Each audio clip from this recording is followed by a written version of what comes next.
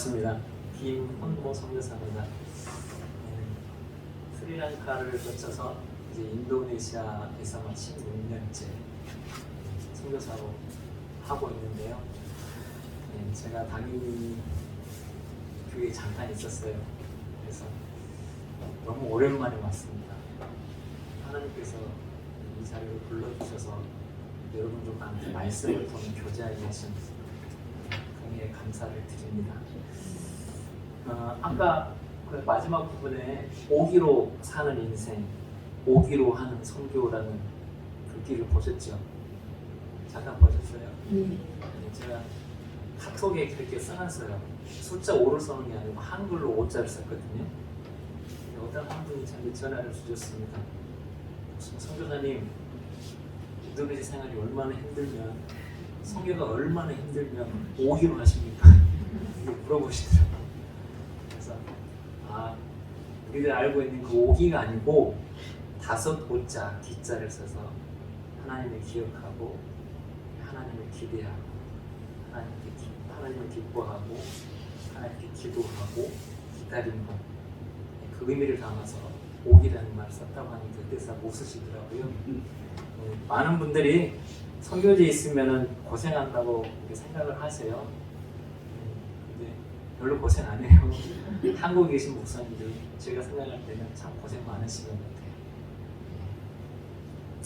오늘 특별히 하나님께서 주신 이 강단에서 여러분들과 나누기를 원하는 말씀은 로마서 1장 17절에 근거한 믿음으로 산다는 것. 교회 안에서 가장 자주 사용하고 많이 쓰는 말들이 믿음이라는 단어가 있습니다. 나는 믿는다. 그런데 그 믿는다라는 단어를 물어보면 그게 무슨 뜻입니까? 그게 어떤 의미입니까? 설명해 보라고 하면 설명하기가 쉽지 않아요. 너무나 광범위하고 추상적인 단어거든요. 그래서 이제 이 부분을 어떤 각도에서 접근하느냐에 따라서 설명도 달라지고 이야기를 많이 할 수 있는 부분들이 있는데, 오늘은 저는 이 말씀을 근거 특별히 그 원어가 갖고 있는 뜻, 성경에 기록되어 있는 믿는다라는 단어가 가지고 있는 그 원리의 뜻을 통해서 우리의 삶에 그 믿음이 어떤 의미를 갖는지를 설명하려고 합니다. 원래 이 믿는다는 단어는 원어에 보면 피스튜오라고 해요. 피스튜오. 난 믿는다는 단어거든요. 이게 명사로 가면 피스티스가 되고요. 이 형용사가 되면 피스토스가 됩니다. 그런데 원래 이 피스튜오, 나는 믿는다라는 그 단어가, 믿는다는 단어를 쓸 때는 그 단어 하나로만 쓰여요. 믿는다는 단어 하나로만. 근데 이게 믿음이라는 단어 피스티스로 바뀌게 되면 믿음이라는 뜻 외에 신실함 그리고 증거라는 뜻이 생겨납니다. 새로 생겨난 것이 아니고 원래 믿는다는 단어 속에 숨겨진 의미들이 그 형태가 바뀔 때 드러나는 의미죠. 그러니까 나는 믿는다 라고 하는 말은 나는 신실하다는 의미고, 나는 믿는다 라고 하는 말은 하나님 앞에서나 이웃 사람들 앞에서 증거가 된다는 의미입니다. 그래서 야고보서에서 말씀하잖아요. 믿음이 없는, 행함이 없는 믿음은 죽은 믿음이라. 그건 믿음이 아니라는 거예요. 하나님 인정하실 수 없다라는 믿음이거든요. 이 믿음은 증거가 나타나야 돼요. 내가 정말로 하나님을 믿고 사랑한다면 그것은 우리의 몸을 통해서 표현되게 되어 있습니다. 여러분들도 다 경험하셨잖아요. 내가 좋아하는 누군가를 만나게 되면 눈빛이 바뀌고 말이 바뀌고 언어가 바뀌지 않습니까? 특별히 남자에게 이성간에 만났을 때는 서로에게 좋은 점을 보여주려고 그러고 서로에게 좋은 것을 주려고 하잖아요. 그것이 이렇게 드러나게 돼 있어요. 감추고 싶어도 이게 드러날 수밖에 없는 겁니다. 믿음 또한 마찬가지예요.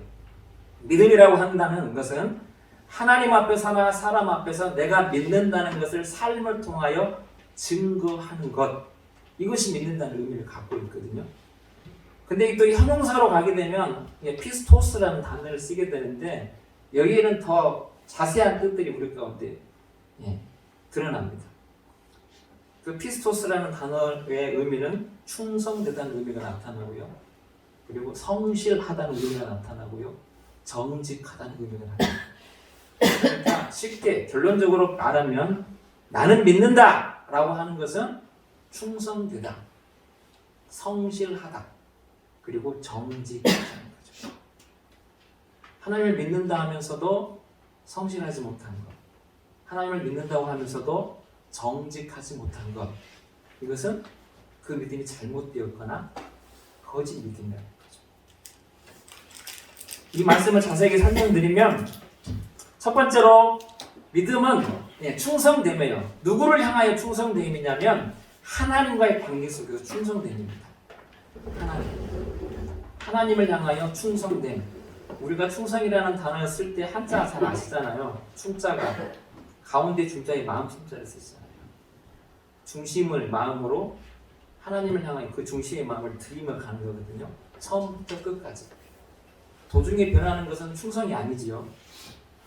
온 마음을 하나님께 드리고 하나님께 초점을 맞추고 내 평생이 다하는 날 동안 하나님을 섬기는 삶. 이것을 믿음이라고 합니다. 그게 충성됨이거든요. 그래서 하나님께서는 모세에게 십계명을 주실 때 가장 첫 번째 계명에 그 말씀을 주시잖아요. 나 외에 다른 신을 섬기지 말라. 그 말은 이 세상 모든 만물을 지으신 하나님만이 참신이시기에 그 하나님 한 분만을 평생 마음을 다하여 사랑하고 섬기라는 의미가 담겨 있는 것 같아요. 가장 중요하기 때문에 가장 1번에 달아놓으셨어요. 그래서 내가 하나님을 믿는다고 고백하는 것은 하나님 앞에 일반 어떤 상황 속에 있을지라도 좋은 일이 생기든 나쁜 일이 생기든 내가 병이 들든 건강하든 기분이 좋든 나쁘든 하나님을 향한 그 마음이 변함없이 계속 들여지며 가는 것, 이것이 하나님을 믿는다는 의미입니다. 근데 사람이 쉽지 않잖아요. 어려운 일이 생기고 그러면 하나님이 나를 사랑하지 않는 건가? 하나님이 정말 계신 건가? 막 이런 생각들이 들잖아요. 그리고 어떤 때는 시험에 빠져서 주님을 떠나기도 하죠. 그것은 충성이 아니라는 거죠. 나의 상황과 상관없이 하나님을 온전히 신뢰함으로 따라가는 것. 이게 믿음이 담겨있는 첫 번째 의미입니다. 충성. 두 번째 의미로는 성실함입니다.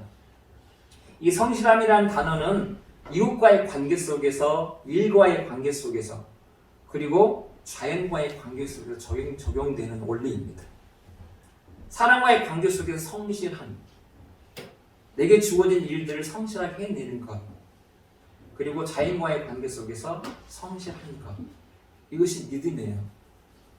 그러니까 한 사람 한 사람들을 있는 그들의 모습으로 받아주고 그 한 사람 한 사람을 향해서 하나님의 눈으로 볼 수 있는, 그래야 성실할 수 있거든요. 우리보다 배우지 못한 사람이 있을 수 있고요. 그리고 우리 보기에 초라해 보이는 사람도 있고요. 가지지 못한 사람도 있고요. 세상에서는 많이 가진 사람들에 의해서 갖지 못한 사람들이 조롱을 당하잖아요. 그리고 힘 있는 사람들에 의해서 힘 없는 사람들이 짓밟힘을 당하잖아요. 그런데 하나님을 믿는다고 하는 것은 내가 힘이 있든 없든, 내가 돈이 많고 적든, 내가 잘 살고 못 살고, 많이 배웠고 못 배웠고를 떠나서 그 한 사람 한 사람을 주님을 대하듯 대하며 살아가는 것, 이게 성실의 의미입니다. 우리는 우리 주변에 하나님께서 많은 사람들을 보내주실 때 우리는 제한하잖아요. 이 사람은 내와 가까이 할 수 있는 사람, 이 사람은 가까이 하기 싫은 사람, 잘라버리잖아요. 섬겨야 할 대상들을 내가 선택하잖아요. 근데 그건 하나님이 원치 않는 것이죠. 하나님 우리 가운데 많은 사람을 보내주셨을 때 그 사람이 어떤 모습으로 어떤 모양으로 우리 가운데 찾아온다 할지라도 그 사람을 향하여 주님을 대하듯 성실함으로 대하는 것이 믿음이라고 그 말 속에 숨겨두셨습니다. 우리에게 주어진 일도 마찬가지입니다. 그 일을 함에 있어서 이것을 내일이니까 열심히 하고 내일이 아니니까 대충 하는 것, 이건 하나님이 보시기에 믿음이 아닙니다. 사장님이 계실 때는 열심히 하는데 사장님이 없으면 그냥 대충 하는 것, 이건 믿음이 아닙니다. 우리가 회사에 갔을 때는 정말 회사에서 내게 주어진 그 일들을 성실하게 해내는 것, 이것이 하나님이 받으시는 믿음, 인정하시는 믿음이고 하나님께 드리는 예배입니다. 많은 사람들이 교회당에 와서 하나님 앞에 찬송 부르고 기도하고 말씀을 들어야만 예배라고 생각을 해요. 그렇지 않습니다. 학생의 본분은 공부하는 거잖아요. 그러니까 공부를 잘하고 못하고를 떠나서 자신이 할 수 있는 최선으로 공부하는 것, 그게 하나님께 드리는 예배예요. 예배. 내게 주어진 직장에서 내가 해야 할 일들을 정말 성실하게 할 수 있는 힘을 다해서 해내는 것, 이것이 하나님께 드리는 예배고 하나님 앞에서 하나님이 받으시는 믿음이라는 겁니다.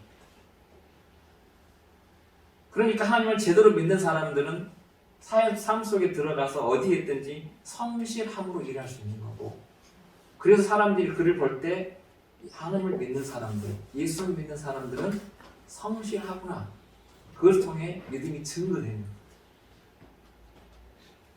그리고 자연과의 관계 속에도 마찬가지입니다. 이 세상 모든 만물을 지으실 때 하나님은 먼저 자연 만물을 지으시고 우리 인간을 지으셨잖아요. 그 속에 저는 의미가 있다고 생각을 해요. 하나님께서 세상 모든 만물을 지으시기 전에 먼저 인간을 만드실 수 있어요. 하나님 전능하신 분이시니까. 그런데 모든 만물을 다 창조하신 가장 마지막에 인간을 만드셨거든요. 그것은 무슨 말입니까? 인간의 앞에 지어진 자연 만물, 그 어떤 것 하나가 존재하지 않으면 인간은 인간답게 살 수 없기 때문에 그래요. 그래서 인간은 자연 앞에 겸손해야 되고, 말 못하고 우리 인간에 의해서 함부로 지금까지 취급을 당하고 파괴되는 부분들이 많이 있었지만 그 자연들을 소중히 여기고 그 자연을 성실하게 대하는 것, 이것도 믿음과 관련된 얘기입니다. 특별히 여러분들이 이제 바닷가에 사시니까 바닷가 해양 오염이 굉장히 심해지고 있는 거 아시잖아요. 바닷가 쓰레기들이 태평양 가운데 모인 그 쓰레기들이 엄청나게 큰 섬을 이루고 있다는 걸 아시잖아요. 그러니까 쓰레기 하나 안 버리는 것, 쓰레기를 줍는 것, 나무 하나 쉽게 꺾지 않는 것, 그 모든 것들이 하나님과 관련돼 있어요. 그게 하나님을 향한 예배요, 믿음입니다. 그리고 세 번째로 하나님 앞에 정직하다는 단어입니다. 정직하다는 단어는 특별히 자기 자신과의 관계 속에 적용되는 의미입니다. 정직함. 그것은 어떤 때 드러납니까? 아무도 없을 때 드러납니다. 사람이 있을 때와 사람이 없을 때 나의 말과 행동이 다르다면 점검해 보셔야 돼요. 내가 정직하지 못하다는 것. 투명하다는 것은 사람이 있을 때나 없을 때나 그대로 보여지는 거잖아요. 그렇기 때문에 내가 하나님을 믿는다라고 고백하는 것은 정직하다는 거예요. 사람이 있든 없든 변함이 없는 일관된 모습의 삶. 사람이 없는 그 순간에도 하나님은 우리를 보고 계시잖아요. 그렇잖아요. 자신을 속이면서 이웃에게 성실할 수 없습니다. 자기 자신을 속이면서 하나님께 충성될 수 없습니다. 하나님께 충성된 사람이 되기 위해서는 먼저 자기 자신에게 정직한 사람이 되어야 돼요. 특별히 정직의 부분이 신앙과 관련된 부분이 있어서 많은 사람들이 믿음이 아직 없으면서도 믿는 체 하려고 하는 경우들이 있어요.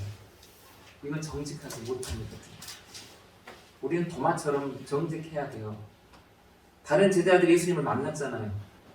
그리고 우리가 부활하신 예수님을 만났다고 하니까 도마는 그 자리에 없었어요. 믿지 않아요. 내가 주님의 못 박히신 손과 발을 보지 않고 만져보지 않고 믿지 못하겠다. 정직하게 고백해야 돼요. 제게 믿음이 없습니다. 아직 믿어지지 않습니다. 목사님 저를 위해 기도해 주십시오. 집사님 저를 위해 기도해 주십시오. 제 안에 온전한 하나님 주시는 진짜 믿음이 생겨날 수 있도록 저를 도와주십시오. 이 정직함입니다. 그리고 성경에서는 뭐라고 말하냐면 야고보서 1장에 보면 뭐라고 말씀이 나오냐면요, 말씀을 듣기만 하고 행하지 아니하는 사람은 속이는 자로. 사복음서에서는 하나님의 말씀을 듣고 행하지 않는 사람은 어리석은 사람이라고 표현하잖아요. 모래에 집을 짓는 사람이라고 예수님께서 예를 들어 설명하시잖아요. 근데 야고보서에서는 뭐라고 말하냐면 하나님의 말씀을 알아요. 들었어요. 듣고 있어요. 근데 행하지 않아요. 그것은 자기 자신을 속이는 사람, 거짓말하는 사람이라고 성경 우리 가운데 증거해 줍니다. 자기 자신이 스스로를 속일 수 있나요? 어떻게 나에게 속을 수 있나요? 근데 성경은 그게 가능하다고 말해요. 착각이 일어납니다. 우리 안에. 많은 사람들이 성경의 지식을 가지고 있어요. 성경을 가지고 지식을 가지고 있는데 내가 성경을 많이 아니까 내가 잘 믿고 있다고 착각을 해요. 이게 정직하지 못합니다. 아는 것과 믿는 건 좀 달라요. 이 세상에 많은 사람들이 성경을 알아요. 성경을 박사님들처럼 잘 알아요.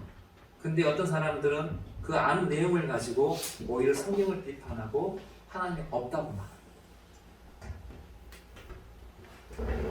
다른 거예요. 그렇기 때문에 우리 한 사람 한 사람이 하나님 앞에서 내가 정말로 하나님 앞에 정직한가? 그런 부분들을 매 순간 점검하셔야 돼요. 점검하셔야 돼요. 내 믿음은 정말 하나님 보실 때 진짜 믿음인가? 하나님은 우리 중심을 보시잖아요. 사람은 외모를 보지만 마지막 날 하나님 앞에 섰을 때 하나님은 중심을 100% 보시잖아요. 그리고 양과 요소를 나누시잖아요. 나는 지금까지 양으로 생각했는데 마지막 그 주님 앞에 섰을 때 너는 양이 아니야 라고 하나님이 선포하시면 그날 탕 두드리시면 이제 돌이킬 수 있는 방법은 없는 겁니다. 끝이에요. 이제 예비된 지옥으로 가는 수밖에 없는 거예요.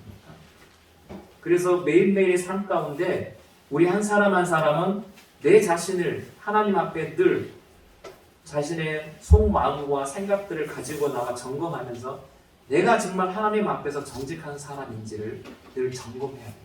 이게 믿는 사람들의 바른 삶의 태도이고 그렇게 해야 하는 것이 마땅한 삶입니다. 많은 사람들이 이 하나님을 믿는다고 하는 부분들을 교회 안에만 국한시키기 때문에 교회 밖으로 나가면 자기 마음대로 살아도 괜찮다고 생각하는 사람들이 많이 있습니다. 교회 안에서 은혜를 받았어요. 야, 오늘 말씀 너무 좋다.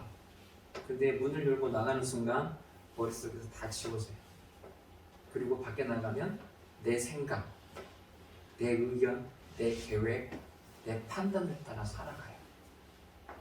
이게 문제가 있는 것 같아요. 정말 내가 하나님을 믿는가? 정말 이 세상을 하나님이 창조하셨다는 것을 믿는가? 우리 인간은 죄인이기 때문에 그 죄로 인하여 죽을 수밖에 없는 존재라는 것을 내가 믿는가? 그것을 해결해 주기 위해서 하나님은 아들 예수님을 이 땅에 보내셔서 내가 그 죄값으로 죽어져야 하는데 예수님이 나의 죄를 대신 짊어지시고 나를 위해 조롱당하시며 나를 위해 매를 맞으시며 나를 위해 비난을 당하시며 침뱉음을 당하시며 찔리시며 십자가에서 피 흘려 죽으셨는가? 이것을 온전히 믿는 사람이라면 정말 내가 믿습니다라고 고백하는 사람이라면 우리는 이 세 가지를 항상 하나님 앞에서 고백해야 돼요. 지금 뒤에 카메라가 있을 때 다리가 세 개잖아요. 그렇죠? 모든 물건이 스스로 설 수 있으려면 최소한의 다리가 세 개가 필요합니다. 믿음도 마찬가지거든요. 하나님과의 관계 영역 속에서 충성됨으로 하나의 다리가 견고하게 서 있어야 되고요. 이웃과의 관계 속에서, 일과의 관계 속에서, 자연과의 관계 속에서 성실함이라는 그 하나의 다리가 견고하게 서 있어야 되고요. 그리고 자신과의 관계 속에서 정직함이라는 그 다리 하나가 견고하게 서 있을 때 우리의 믿음은 비로소 설 수 있어요. 물론 다리가 많으면 더 좋죠. 4개, 5개, 6개가 된다면 더 안정적으로 견고하게 설 수 있습니다. 그러나 이 땅에 살아가면서 최소한의 3가지 방향에서의 이 다리가 서 있을 때 우리는 그 사람을 향해서 이제 비로소 믿음이 있다. 믿음이 서 있다. 믿음이 건강하다. 그렇게 표현할 수 있는 것입니다. 오늘 이곳에서 예배드리고 있는 여러분의 믿음은 어떻습니까? 그 누구도 그 믿음 앞에 자기 자신을 확신하고 자신할 수 없어요. 주변 사람들이 너 믿음이 좋다, 그것이 나의 믿음이 좋은 것을 보증해 주지 못해. 우리의 믿음은 시험을 받아봐야 돼. 시험이 찾아올 때 비로소 대부분의 사람들은 믿음이 있고 없음이 드러납니다. 어려움이 찾아올 때. 평안할 때는 잘 몰라요. 다 잘 믿는 것 같아요. 다 믿음이 좋은 것 같아요. 근데 문제가 찾아왔을 때 그 문제에 어떻게 반응하냐의 모습을 보면 우리 안에 정말 믿음이 없는지 그 순간에 드러납니다. 그래서 성경은 말합니다. 너희의 믿음은 시험을 받아와야 한다. 그러니까 우리 가운데 찾아오는 시험은 우리를 더욱더 믿음으로 더욱더 굳게 세우기 위한 하나님의 축복의 도구예요. 그래서 감사할 수 있는 거예요. 하나님이 이 시련을 통해서 내 속에 아직도 불완전한 믿음의 모습을 드러내게 하시고 그것을 나로 알게 하시고 깨닫게 하셔서 하나님을 더욱더 의지하고 내 믿음의 다리를 굳게 세울 수 있도록 나를 인도해 주십시오. 그렇게 인도해 주실 하나님을 믿으며 하나님 감사합니다. 이 시련을 통과하면 나는 더 하나님 앞에 정결하고 하나님이 인정하실 수 있는 올바른 믿음으로 설 수 있게 될 것들을 기대하며 하나님께 감사할 수 있는 거죠. 그래서 믿음의 사람들은 고난을 기쁨으로 받을 수 있습니다. 이 세상에 살아가는 사람들이 고난 없는 사람들이 없지 않습니까? 고난은 누구에게나 옵니다. 예수 믿는 사람들이 고난이 안 옵니까? 똑같이 오잖아요. 새벽 기도를 마치고 돌아가는 가족이 갑자기 사고를 만나 그 환자에서 다 죽는 경우들이 생겨요. 하나님이 안 계셔서 그렇습니까? 하나님 그 순간에 계시잖아요. 하나님을 믿는데 그 몸의 아픈 병들은 낫지 않아요. 그럼 하나님이 안 계신 겁니까? 그 문제를 놓고 하나님께 기도했는데 여전히 그 문제들이 내 앞에 도사리고 있습니다. 그러면 하나님이 안 계신 겁니까? 결코 그렇지 않습니다. 하나님은 하나님의 때에 우리를 향한 가장 선한 계획을 가지고 계시고 그 때에 분명 선하게 역사하세요. 근데 우리는 그것들을 바라보지 못하고 있기 때문에 그 하나님의 선하신 우리를 향한 놀라운 계획들을 바로 보지 못하고 있기 때문에 매 순간 좌절하고 넘어질 때가 많이 있습니다. 그러므로 우리 한 사람 한 사람이 오늘 말씀을 통해서 우리의 믿음을 점검할 수 있는 기회가 됐으면 좋겠습니다. 특별히 저는 이제 한국에 있을 때 저도 믿음이 목사니까요. 목사니까 믿음이 당연히 좋다고 생각하지 않겠습니까? 신학까지 했고 어렸을 때부터 계속 교회 다녔고 교회에서도 그 누구보다 열심히 교회에서 봉사를 했습니다. 저는 나주에서 다녔거든요. 나주에서 주일 일과는 저에게 있어서 새벽기도 가요. 새벽기도 끝나면 일부 성가대 연습을 하고 성가대로 일부 예배를 드려요. 일부 예배가 끝나면 바로 중고등부 교사예요. 중고등 교사가 끝나면 2부 아동부. 1부 아동부가 있는데 2부 아동부는 죽어도 엄마 아빠가 안 떨어져요. 그래서 엄마 아빠를 따라 혼자서는 교회는 안 오는데 엄마 아빠를 따라 교회에 와요. 그 애들 2부 예배 따로 모아서 또 예배를 드렸었거든요. 그때도 이렇게 아동부 교사 그 시간에 교회에서 밥을 먹어요. 부목사님과 찬양을 준비해서 군부대로 올라가서 찬양 인도를 하고 예배를 드려요. 끝나고 내려오면 주일 밤에 찬양단 연습이 있어요. 찬양 연습을 하고 교회에서 저녁밥을 먹어요. 그리고 찬양단 인도하고 함께 예배를 드리고 집에 돌아가면 10시. 청년 때 그렇게 살았습니다. 근데 제 안에 그것이 힘들다, 어렵다, 왜 나만 이렇게 해야 되는가 하는 생각은 없었어요. 끝나고 집에 돌아가면 제 안에 너무나 기뻤어요. 가득 채워진 그 느낌을 가지고 항상 집으로 돌아갔거든요. 아마 그것을 하나님께서 잘 보고 계시다가 선교사의 자리를 인도하셨던 것 같아요. 우리가 저도 이제 목사니까 그 어릴 때부터 계속 그런 봉사를 열심히 했고 누구보다 열심히 했고 모든 예배 모임에 빠지지 않았고 기도도 열심히 했고. 그러니까 스스로가 믿음이 좋다라고 생각할 수 있잖아요. 근데 이제 인도네시아라는 그 선교 현장에 들어가니까 어떤 깨달음이 오냐면 제가 가진 믿음이 관념적인 믿음이었어요. 이 머릿속에 든 믿음입니다. 관념 아시죠? 관념적인 믿음이었어요. 그래서 하나님께서는 그 인도네시아라는 현장 속에서 저를 아주 혹독하게 다루셨어요. 계속되는 실패들을 경험하게 하시고 넘어지게 하시고 깨지게 하시고 그러면서 그 믿음이 관념이 아니라 실제가 되도록 바꾸어 주셨어요. 매일매일의 삶이 믿음으로 사는 것이구나. 믿음을 따라 살아가야 되는 것이구나. 사람과의 관계를 할 때, 일을 할 때, 가정 안에서 되어지는 모든 일들 속에서도 하나님을 믿는 사람은 이 믿음의 원리, 실제적인 그 믿음을 따라 살아가야 되는 것이구나 하는 것들을 하나님이 깨우쳐 주시고 지금도 훈련시키시고 부족한 부분들은 깨우쳐 주고 계세요. 저도 부족한 것이 너무나 많습니다. 저도 이곳에 처음 왔었을 때 그때는 목사가 되기 전이었죠. 그때 첫 목회지였으니까 담임 목회지. 열정은 있지만 방법도 모르고 기술도 없고 숙련되지도 않았잖아요. 그러니까 열정은 있는데 잘 모르니까 좌충우돌 실수도 많이 하고 또 여러 가지로 어려운 부분들도 일으키기도 하고 그랬었죠. 근데 하나님께서는 그런 저를 계속해서 만드시고 다듬으시고 모르는 것들은 알게 하시고 잘못 알고 있는 것들은 바로 잡아주시면서 하나님을 믿는 믿음 그것이 어떤 것인가를 정말 삶을 통해서 실제적으로 하나하나 깨닫게 하시고 가르쳐 주셨어요.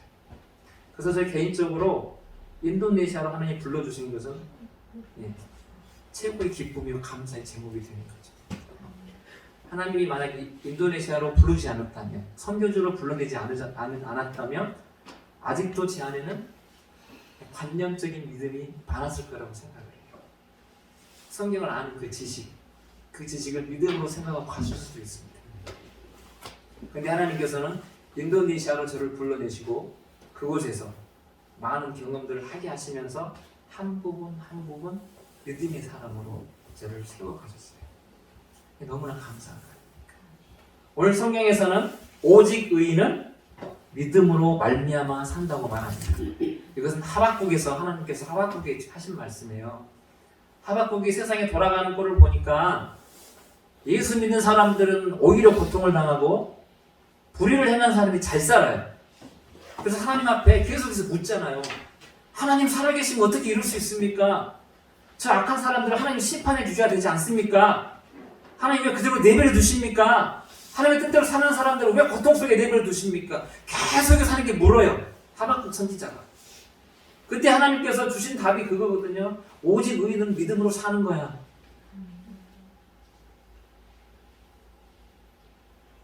내가 하나님의 뜻대로 살았는데 어려움이 오더라도 하나님의 신실하심을 의심하지 아니하고 끝까지 그 말씀 붙들고 하나님을 믿고 살아가는 것, 그게 내가 할 일이라는 거예요. 오직 의인은 예수 그리스도의 피를 통하여 깨끗함을 받고 하나님의 의를 덧입어 의인이 된 사람, 나의 공로로 의인이 된 사람이 아니고요. 예수 그리스도의 보혈로 내 죄가 씻겨져서 하나님이 의롭다 인정함을 받은 사람, 그게 의인이거든요. 이 세상에 스스로 의인이라고 부를 수 있는 사람은 아무도 없어요. 성경에서는 분명히 말하죠. 이 하늘 아래 의인은 없나니 하나도 없다. 모든 사람이 죄를 범하였으니 다 심판을 받는 것이다. 의인은 없어요. 그러면 성경에서 말하는 그 의인은 어떤 의인 말합니까? 하나님을 믿는 사람. 예수 그리스도의 십자가의 고난과 부활, 그것을 온전히 믿는 사람. 그래서 예수 그리스도의 십자가 보혈을 통하여 하나님 앞에 의롭다 인정함을 받은 사람. 그런 사람들은 믿음으로 끝까지 살아야 된다. 잘 안 풀려도 하나님의 신실하심은 변함이 없다. 내가 아파도 하나님은 여전히 나를 사랑하시고 나에게 신실하신 최고의 하나님입니다. 하나님이 이 믿음을 원하고 계십니다. 그래서 우리는 마지막 주님 앞에 서는 그날까지 계속해서 넘어지고 깨어지고 그러면서 다시 일어서고, 그래서 조금씩 하나님이 기뻐하시는 모습으로 지어져 가고 있는 거예요. 지금 내 믿음이 약한 것 같아 하고 실망하실 필요는 없습니다. 그걸 하나님이 그대로 가지고 오면 돼요. 하나님, 성경에 나와 있는 하나님의 사람들처럼 위대한 믿음의 사람이 되고 싶은데 제 믿음이 너무나 작아요. 하나님, 제 믿음을 크게 해주세요. 예수님을 따라다녔던 제자들 아시잖아요. 예수님이 뭐라고 그 사람 제자들을 자주 꾸짖었던 부분이 무엇인지 아시잖아요.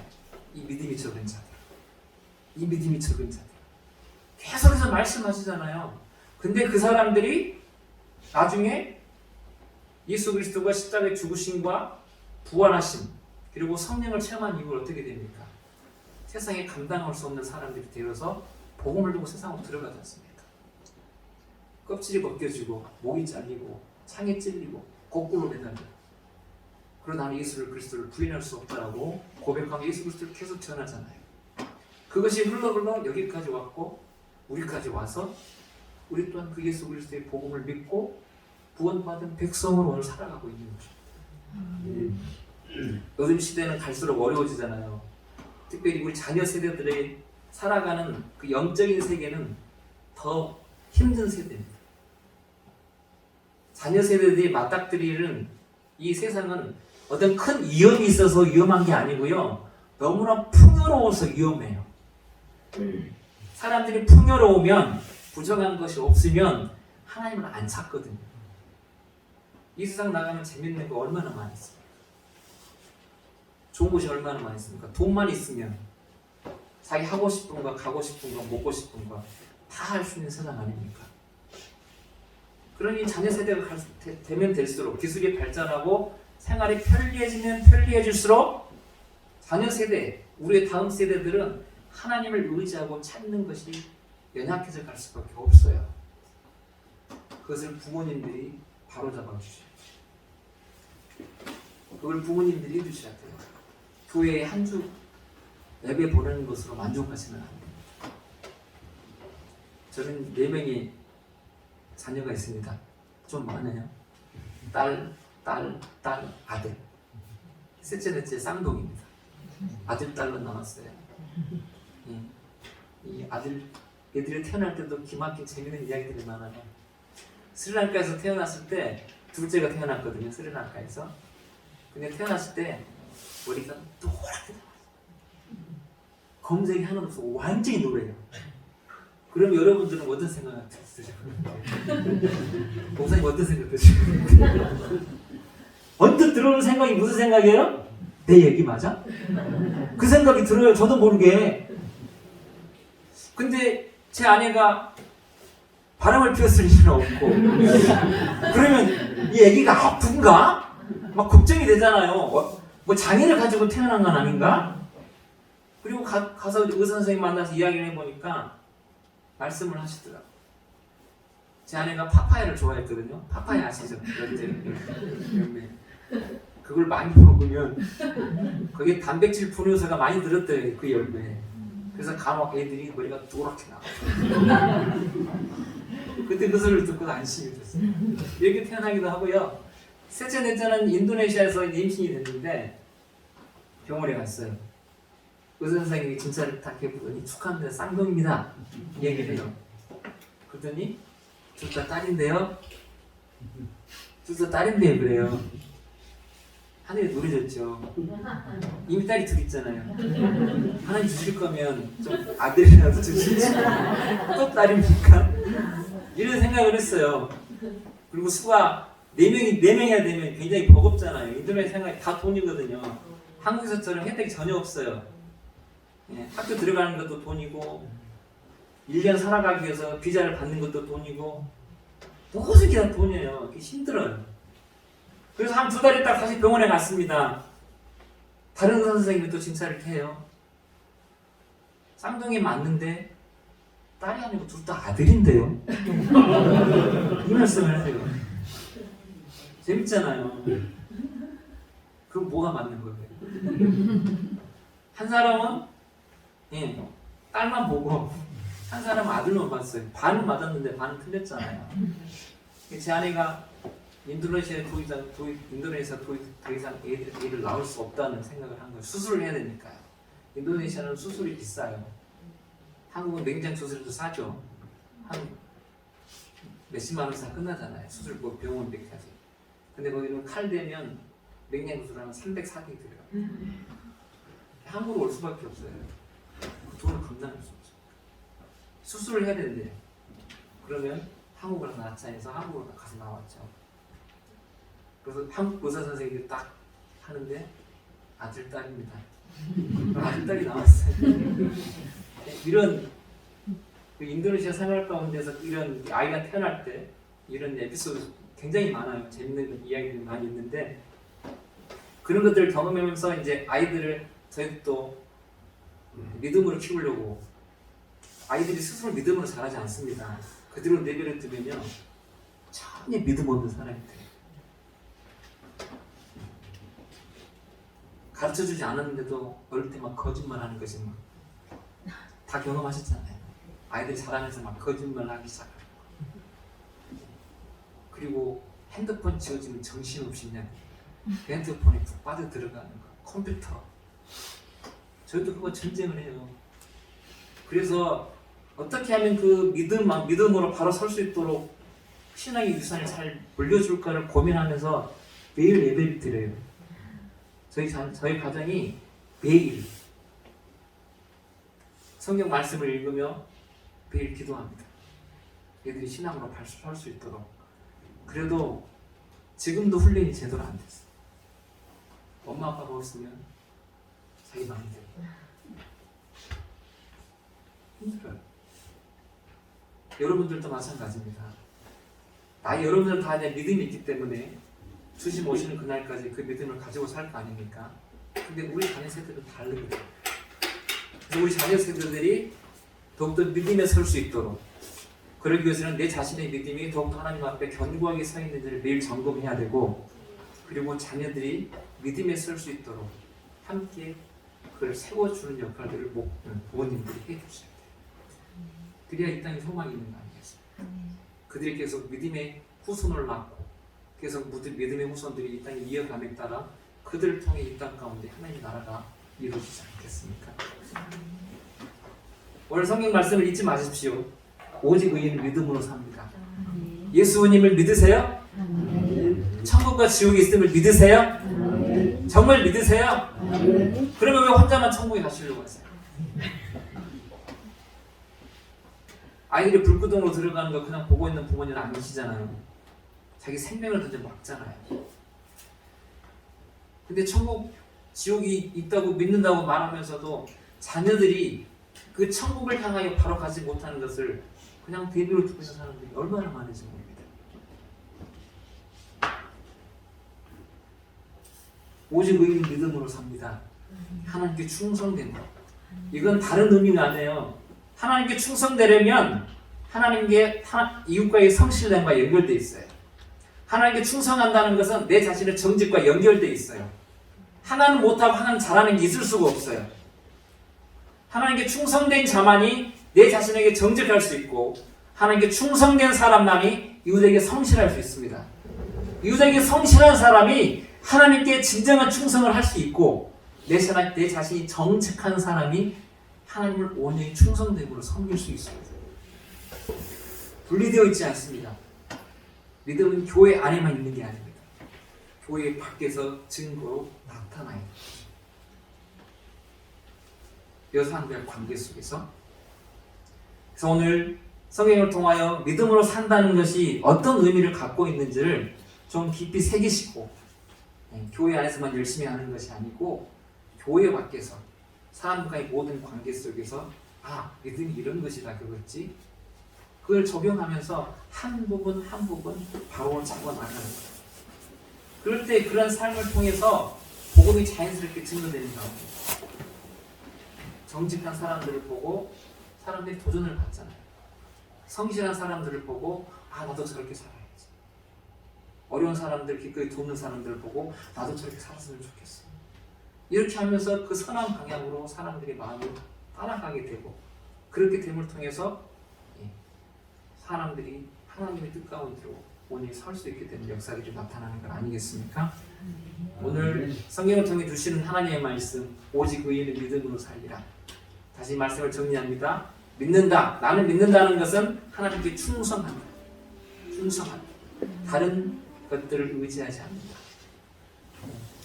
안타깝게도 많은 교회 다니는 분들 중에 하나님을 믿는다고 하면서도 점집에 가는 분들이 많아요. 진짜 많아요. 진짜 많다니까요. 이거 심각한 문제입니다.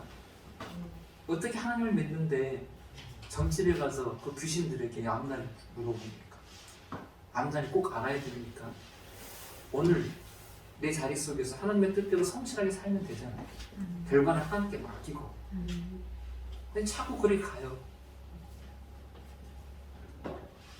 나는 믿는다라고 고백할 때 그것은 하나님 한 분만 나의 주님으로 인정하고 그분의 말씀, 그분의 뜻을 따라 살아가는 거예요. 한순간 한 부분만이 아니고 끝까지, 죽을 때까지. 이게 하나님께 충성됩니다. 두 번째로는 성실함입니다.